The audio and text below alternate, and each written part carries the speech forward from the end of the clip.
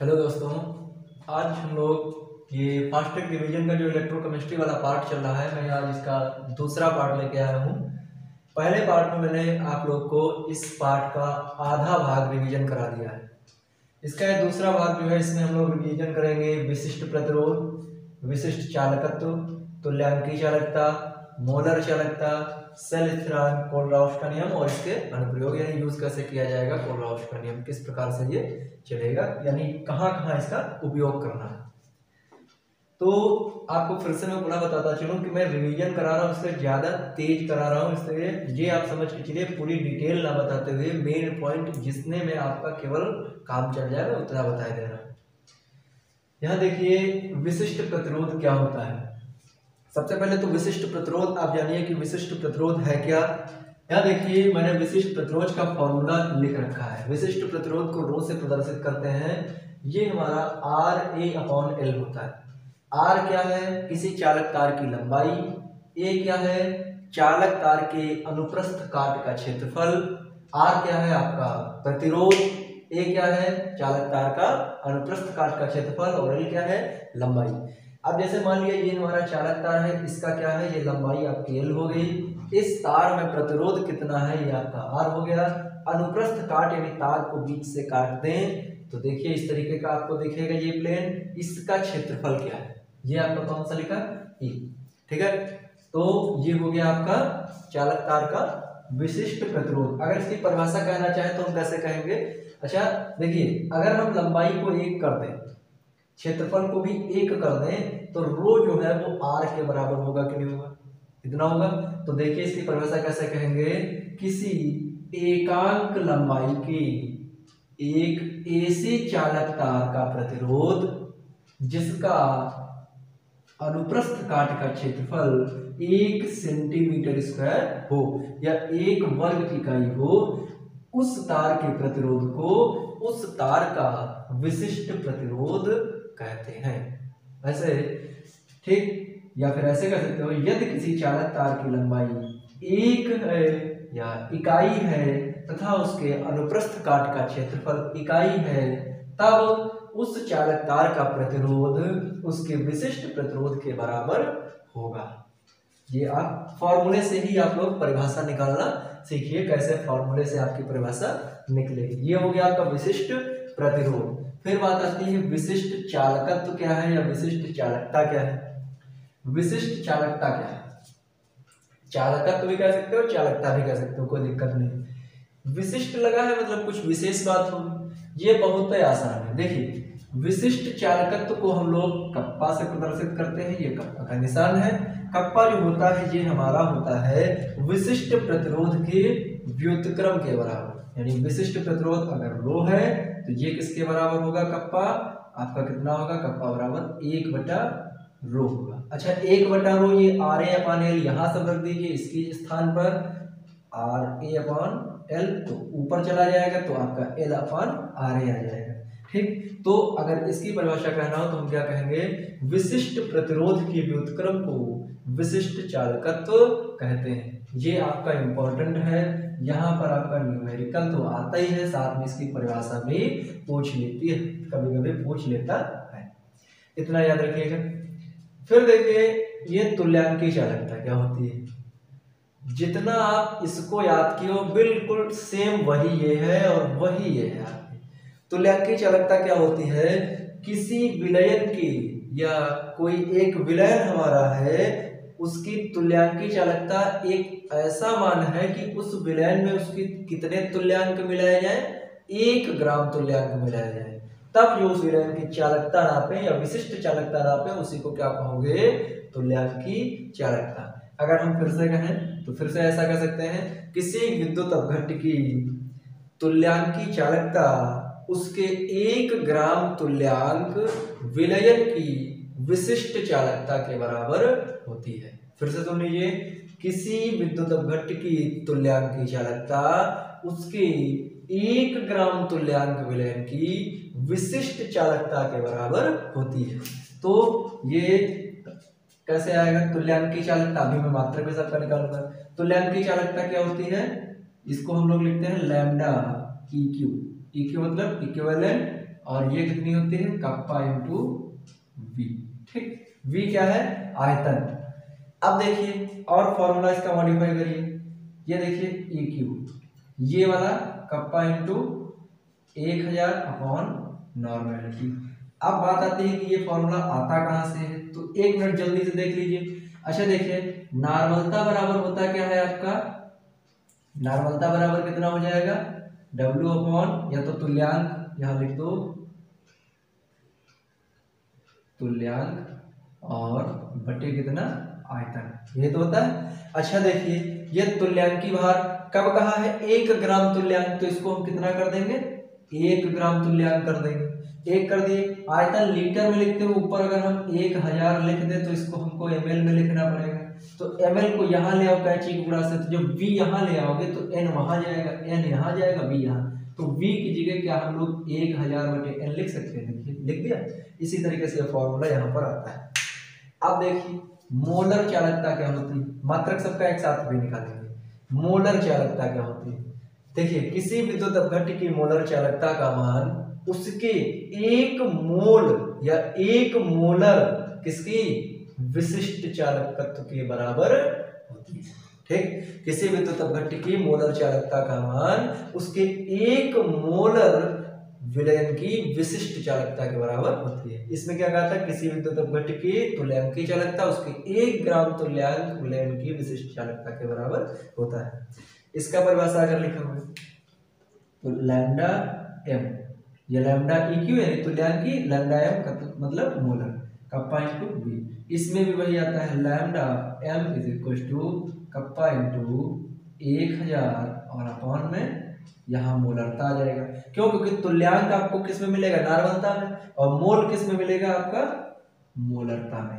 अब देखिए ये फिर वैसे आता है आपका, एक मिनट जल्दी से देख लीजिए, इधर देखिए ये जैसे आप रखेंगे मोलर चालकता, तो होता क्या मोलरता बराबर कितना होता है मोल या मोलर बटे आपका कितना आयतन, वो भी किसमें लीटर में। इसी आयतन को अगर हम ml में रखें तो यहाँ हमको क्या करना पड़ेगा 1000 से गुणा करना पड़ेगा। जब 1000 से हम लोग गुणा करेंगे तो ml में ये v आपका कहाँ जाएगा यहाँ, तो ये m कहाँ जाएगा यहाँ। तो देखिए और मोल कितना करना है 1 मोलर विलयन में, तो 1000 बटे m, तो v की जगह 1000 बटे m कर देंगे, ये आपका फॉर्मूला आ जाएगा। अब हम लोग इतने का मात्रक निकाल लेते हैं, तब से स्थिरांक बढ़ते हैं। मात्रक देखिए कैसे निकाले, इधर देखिए सबसे पहले इसका, ये क्या है आपका विशिष्ट प्रतिरोध। विशिष्ट प्रतिरोध का मात्रक देखिए R का मात्रक क्या होता है ओम होता है, A का मात्रक क्या होता है क्षेत्रफल, क्षेत्रफल का मात्रक कितना होता है सेंटीमीटर स्क्वायर होता है, बटे में L का मात्रक कितना होता है, L आपका क्या है लंबाई, लंबाई का मात्रक कितना सेंटीमीटर होता है। अच्छा देखिए 1 सेंटीमीटर आपका ये 1 कट गया, तो आंसर आपका कितना है ओम सेंटीमीटर, ये आपका क्या हो गया इसका मात्रक। ठीक, यानी विशिष्ट प्रतिरोध का मात्रक कितना हो गया ओम सेंटीमीटर। यहां देखिए आप इसका मात्रक कप्पा बराबर L अपॉन R। अच्छा L का है लेंथ, लेंथ का मात्रक सेंटीमीटर अपॉन में, R का मात्रक ओम, A का मात्रक सेंटीमीटर स्क्वायर। 1 सेंटीमीटर 1 सेंटीमीटर कर गया, तो आपका आया कितना, ये देखिए ओम ऊपर जब जाएगा तो हो जाएगा ओम इनवर्स, सेंटीमीटर जब ऊपर जाएगा तो हो जाएगा सेंटीमीटर इनवर्स। ठीक, तो यानी इसका कितना मात्रक है आपका ओम इनवर्स सेंटीमीटर इनवर्स। विशिष्ट प्रतिरोध का क्या मात्रक है आपका ओम सेंटीमीटर, यानी इसमें सेंटीमीटर लगेगा। और होता क्या है जब ये आपका व्युत्क्रम है तो जो इसका मात्रक होगा उसी का व्युत्क्रम इसका मात्रक होगा। ठीक, इतनी बात। इनका मात्रक देखते हैं, इसको हटा दें, जो भी चीज नोट करनी है वीडियो पास करके नोट कर लीजिए। लैम्डा इक्यू इसका मात्रक देखिए।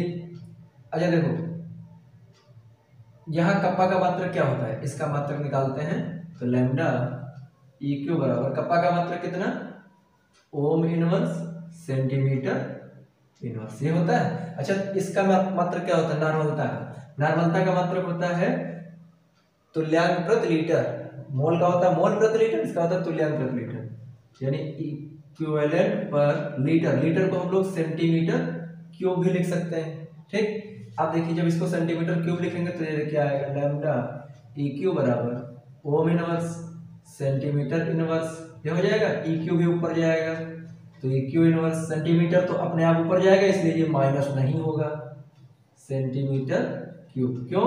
क्योंकि जब ऐसे लिखोगे, नहीं नहीं नहीं, ये अभी ऐसे रखते हैं ई क्यूब, ठीक। जब गुणे में लिखोगे तो दर्जा पलट जाएगा। तो बराबर देखिए ओ में इनवर्स ई क्यूब ऊपर कर लो, इक्विवेलेंट इनवर्स 3 है, 3 में से 1 चला जाएगा, 2 बचेगा, यानी सेंटीमीटर स्क्वायर। तो लैम्डा ई क्यू का मात्रक क्या आ गया, देखिए ohm inverse EQ inverse centimetre square, यानी तुल्यांकी चालकता का मात्रक होता है ओम इनवर्स तुल्यांक इनवर्स सेंटीमीटर स्क्वायर। ये नोट कर लेंगे हम लोग, ठीक। वीडियो पास करके नोट करते रहेंगे। इसका मात्रक निकालने चलते हैं।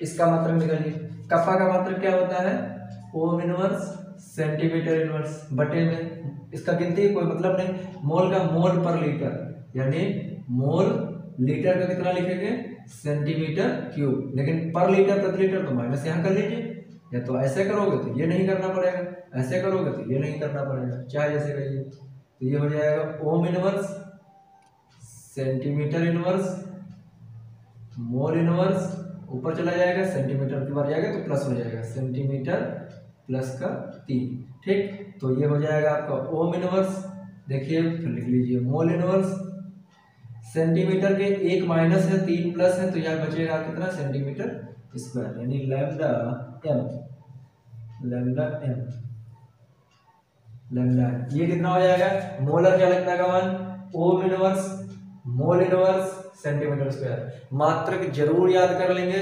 मात्रक जब भी पूछा जाता है, विकल्पीय प्रश्न में पूछा जाता है, 1 नंबर कंफर्म में दे गया जाता है आपको।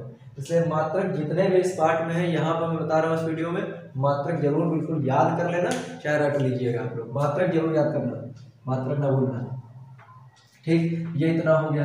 अब आगे आपका क्या था, ये आगे आपका था सेल स्थिरांक। सेल स्थिरांक जो होता है ये कितना होता है, फॉर्मूला इसका सेल स्थिरांक, सेल स्थिरांक बराबर होता है L/E।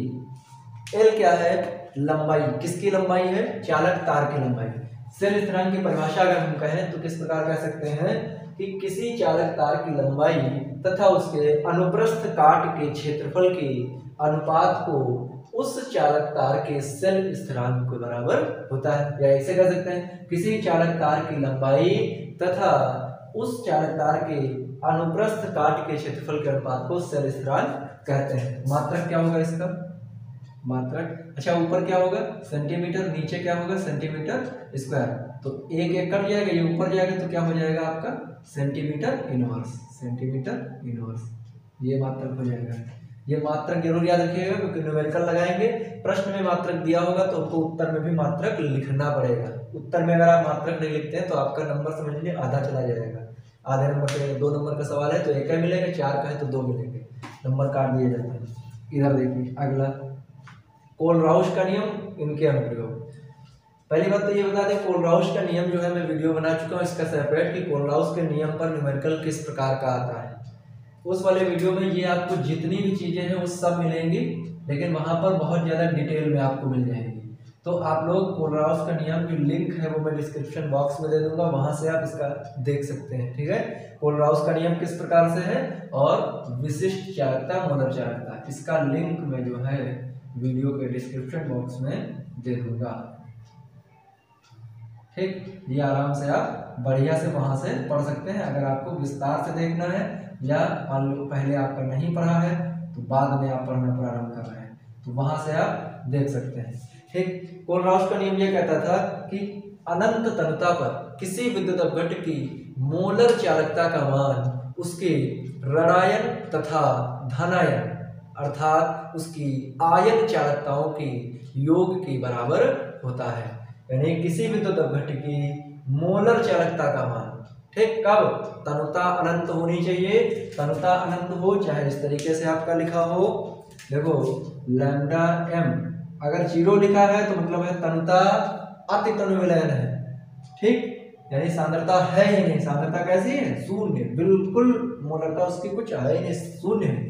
और चाहे ये लिखा हो लैम्डा इन्फिनिटी एम, इसका कहने का मतलब है तनुता अनंत है, यानी विलयन बहुत ही तनु है, तनु हो, हम कहें बहुत तनु है, और चाहे कहें खराब है, बिल्कुल है, अति सांद्र नहीं है, यानी सांद्रता उसकी शून्य है, तो ये भी कह सकते हो सांद्रता शून्य है और चाहे कौन तन्यता ज्यादा है, बात तो एक है। यानी अनंत तन्यता पर किसी विद्युत अपघट्य की मोलर चालकता का मान उसके धनायन तथा ऋणायन की आयन चालकताओं के योग के बराबर होती है। तो ये किसके बराबर, धनायन का अनंत तन्यता पर और प्लस में ऋणायन का अनंत तन्यता पर मोलर चालकता का मान, ये भी मोलर ये भी मोलर, सब ठीक है। इतना होता है। अगर हम ये लिखना चाहें अनंत वाला तो ये भी लिख सकते हैं, कोई उससे भी समस्या नहीं।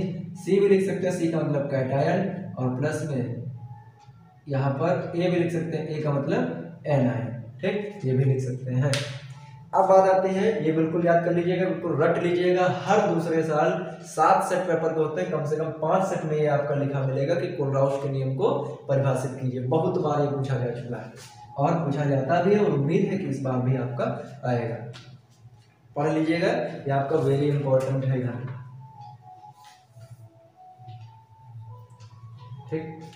कोलराउस के नियम के अनुप्रयोग, कोलराउस का जो नियम है इसका यूज क्या है, कैसे कहाँ पर इसका हम यूज करते हैं। देखिए कोलराउस का जो नियम है इसकी सहायता से पहली बात तो यही कि कोई विद्युत अपघट्य हो उनकी मोलर चालकता निकाल सकते हैं अगर उनके आयन का दिया हो, जैसे Na+ का दिया हो, Na- का दिया हो, तो हम कैसे NaCl का निकाल सकते हैं। इस पर मैं न्यूमेरिकल भी लेके आऊंगा अगली क्लास में, आपको डायरेक्ट न्यूमेरिकल ही मिलेंगे विद्युत रसायन से संबंधित, चाहे वो EMF पर हो, चाहे वो नष्ट समीकरण में हो, चाहे वो कोलराउस पे हो। यानी एक पार्ट में आपको EMF वाले मिलेंगे, दूसरे पार्ट में ये वाले मिलेंगे, ठीक। वहां से आप देख सकते हैं कोलराउस के नियम के अनुप्रयोग। यहाँ पर सुनिए, अनुप्रयोग यहाँ पर हम लोग जब करेंगे यानी इसका यूज क्या है, तो पहला यूज तो यही है, 2-3 यूज इसके लिख देते हैं, हालांकि मुख्य 4 है। तो पहला यही लिखेंगे कि विभिन्न विद्युत अपघट्यों की अनंत तन्यता पर मोलर चालकता ज्ञात करने में, एक तो ये हो गया। दूसरा ये लिख सकते हैं दुर्बल वैद्युत अपघट्यों की मोलर चालकता या दुर्बल वैद्युत अपघट्यों की वियोजन की मात्रा ज्ञात करने में। वियोजन की मात्रा को हम लोग लिखते हैं अल्फा, अल्फा बराबर होता है लैम्डा Cm और लैम्डा इन्फिनिटी m, ठीक। ये क्या है, वियोजन की मात्रा, लिख देता हूं वियोजन की मात्रा, ठीक। वियोजन की मात्रा अल्फा जो हम ज्ञात करेंगे ये कितनी होती है, लैम्डा Cm बटे लैम्डा इन्फिनिटी m। इनका मतलब क्या, दी हुई सांद्रता पर मोलर चालकता, और ये क्या कह रहा है, अनंत तन्यता पर मोलर चालकता। यानी ये आपको तो पता ही होगा, ये आपको तो पता ही होगा, ये कौन बताएगा, कोलराउस बताएगा, ठीक। ये कोलराउस बता देगा, ये आपको पता होगा, हम लोग ये वाला निकाल लेंगे।